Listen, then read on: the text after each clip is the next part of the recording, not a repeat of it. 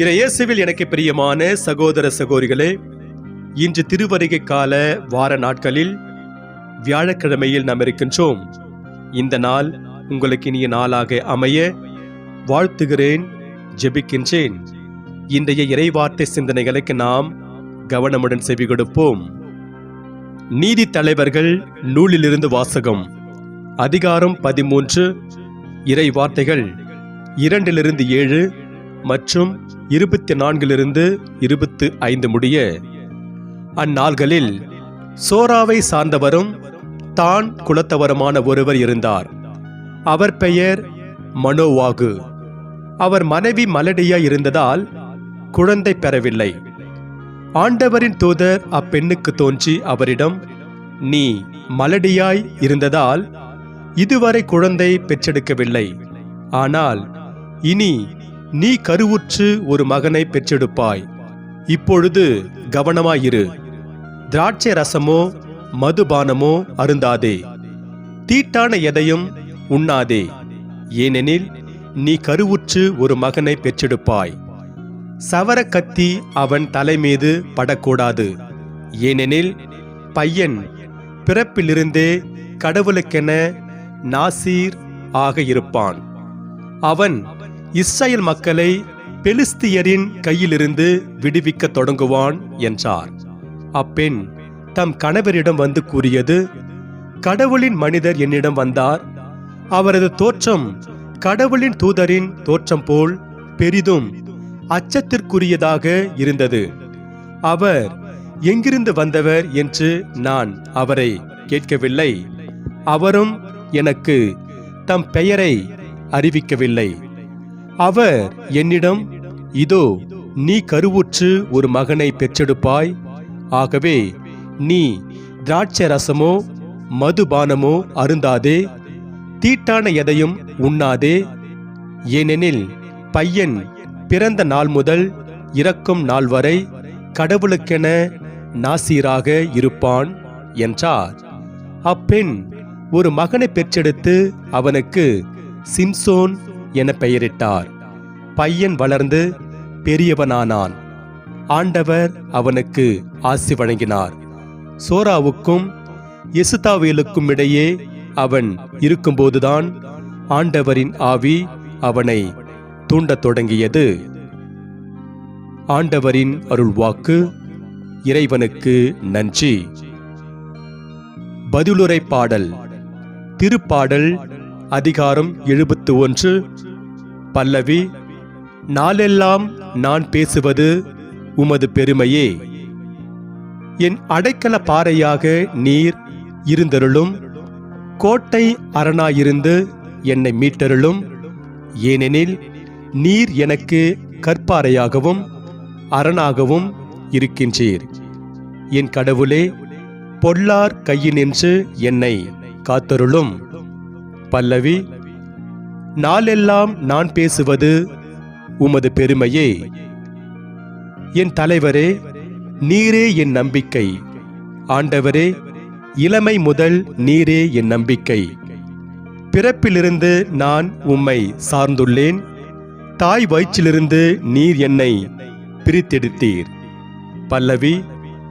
நாளெல்லாம் நான் பேசுவது உமது பெருமையே. தலைவராகிய ஆண்டவரே, உமது வலிமை மிகு செயல்களை எடுத்துரைப்பேன். உமக்கே உரிய நீதி முறைமையை புகழ்ந்துரைப்பேன். கடவுளே, என் இளமை முதல் எனக்கு கற்பித்து வந்தீர். இனிவரும் நாள்களிலும் உம் வியத்தகு செயல்களை அறிவிப்பேன். பல்லவி. நாளெல்லாம் நான் பேசுவது உமது பெருமையே. அல்லேலூயா, அல்லேலூயா. ஈசாயின் குலக்கொழுந்தே, மக்களுக்கு ஓர் அருஞ்சின்னமே, எமை மீட்க எழுந்தருளும். தாமதம் செய்யாதேயும். அல்லேலூயா. ஆண்டவரே, நற்செய்தியை தகுந்த விதத்தில் எடுத்து சொல்ல என் உள்ளத்தையும் உதட்டையும் தூய்மையாக்கும். ஆண்டவர் உங்களோடு இருப்பாராக, உம் ஆன்மாவோடும் இருப்பாராக. தூய லூக்கா எழுதிய பரிசுத்த நற்செய்தியிலிருந்து வாசகம். ஆண்டவரே, மாட்சி உமக்கே. லூக்கா நற்செய்தி அதிகாரம் 1 இறை வார்த்தைகள் 5-25 முடிய. யூதேய நாட்டில் ஏரோது அரசனாக இருந்த காலத்தில் அபியா வகுப்பை சேர்ந்த செக்கரையா என்னும் பெயர் கொண்ட குரு ஒருவர் இருந்தார். அவர் மனைவி ஆரோனின் வழி வந்தவர். அவர் பெயர் எலிசபெத்து. அவர்கள் இருவரும் கடவுள் பார்வையில் நேர்மையானவர்களாய் விளங்கினார்கள். ஆண்டவருடைய அனைத்து கட்டளைகளுக்கும் ஒழுங்குகளுக்கும் ஏற்ப குற்றமற்றவர்களாய் நடந்து வந்தார்கள். அவர்களுக்கு பிள்ளை இல்லை. ஏனெனில் எலிசபெத்து கருவுற இயலாதவராய் இருந்தார். மேலும் அவர்கள் வயது முதிர்ந்தவர்களாயும் இருந்தார்கள். தம்முடைய பிரிவின் முறை வந்தபோது செக்கரையா கடவுளின் திருமுன் குருத்துவ பணி ஆற்றி வந்தார். குருத்துவ பணி மரபுக்கு ஏற்ப ஆண்டவரின் திருக்கோவிலுக்குள் சென்று தூபம் காட்டுவது யார் என்று அறிய சீட்டுக்குலுக்கி போடப்பட்டது. அது செக்கரையா பெயருக்கு விழுந்தது. அவர் தூபம் காட்டுகிற வேளையில் மக்கள் கூட்டத்தினர் அனைவரும் வெளியே இறைவனிடம் வேண்டிக் கொண்டிருந்தனர். அப்பொழுது ஆண்டவருடைய தூதர் ஒருவர் தூப பீடத்தின் வலப்பக்கத்தில் நின்றவாறு அவருக்கு தோன்றினார். அவரை கண்டு செக்கரையா அச்சமுற்று கலங்கினார். வானதூதர் அவரை நோக்கி, செக்கரையா, அஞ்சாதீர், உமது மன்றாட்டு கேட்கப்பட்டது. உம் மனைவி எலிசபெத்து உமக்கு ஒரு மகனை பெற்றெடுப்பார். அவருக்கு யோவான் என பெயரிடுவீர். நீர் மகிழ்ந்து பேறு வகை கொள்வீர். அவரது பிறப்பால் பலரும் மகிழ்ச்சி அடைவர். அவர் ஆண்டவர் பார்வையில் பெரியவராயிருப்பார். திராட்சை மதுவோ வேறு எந்த மதுவோ அருந்த மாட்டார். தாய் வயிற்றிலிருக்கும் போதே தூய ஆவியால் முற்றிலும் ஆட்கொள்ளப்படுவார். அவர் இஸ்ரவேல் மக்களுள் பலரை தம் கடவுளாகிய ஆண்டவரிடம் திரும்பி வர செய்வார். எலியாவின் உலப்பாங்கையும் வல்லமையையும் உடையவராய் அவருக்கு முன் செல்வார். தந்தையரும் மக்களும் உளம் ஒத்துப்போக செய்வார். நேர்மையாளர்களின் மனநிலையை கீழ்ப்படியாதவர்கள் பெற செய்வார். இவ்வாறு ஆண்டவருக்கு ஏற்புடைய ஒரு மக்களினத்தை ஆயத்தம் செய்வார் என்றார். செக்கரையா வானதூதரிடம், இது நடைபெறும் என எனக்கு எப்படி தெரியும்? நான் வயதானவன், அதுபோல் என் மனைவியும் வயது முதிர்ந்தவராயிற்றே என்றார். அதற்கு வானதூதர் அவரிடம், நான் கபிரியேல், கடவுளின் திருமுன் நிற்பவன். உம்மோடு பேசவும் இந்த நற்செய்தியை உமக்கு அறிவிக்கவும் அனுப்பப்பட்டேன். இதோ பாரும், உரிய காலத்தில் நிறைவேற இருக்கும் என்னுடைய வார்த்தைகளை நீர் நம்பவில்லை. ஆதலால் அவை நிறைவேறும் வரை நீர் பேச்சற்றவராய் இருப்பீர். உம்மால் பேசவே இயலாது என்றார். மக்கள் செக்கரியாவுக்காக காத்திருந்தனர். திருக்கோவிலில் அவர் காலம் தாழ்த்துவதை குறித்து அவர்கள் வியப்படைந்தார்கள். அவர் வெளியே வந்தபோது அவர்களிடம் பேச முடியாமல் இருந்தார். ஆதலால் அவர் திருக்கோவிலில் ஏதோ காட்சி கண்டிருக்க வேண்டும் என மக்கள் உணர்ந்து கொண்டார்கள். அவர் அவர்களிடம் சைகைகள் வாயிலாக உரையாடி வந்தார்.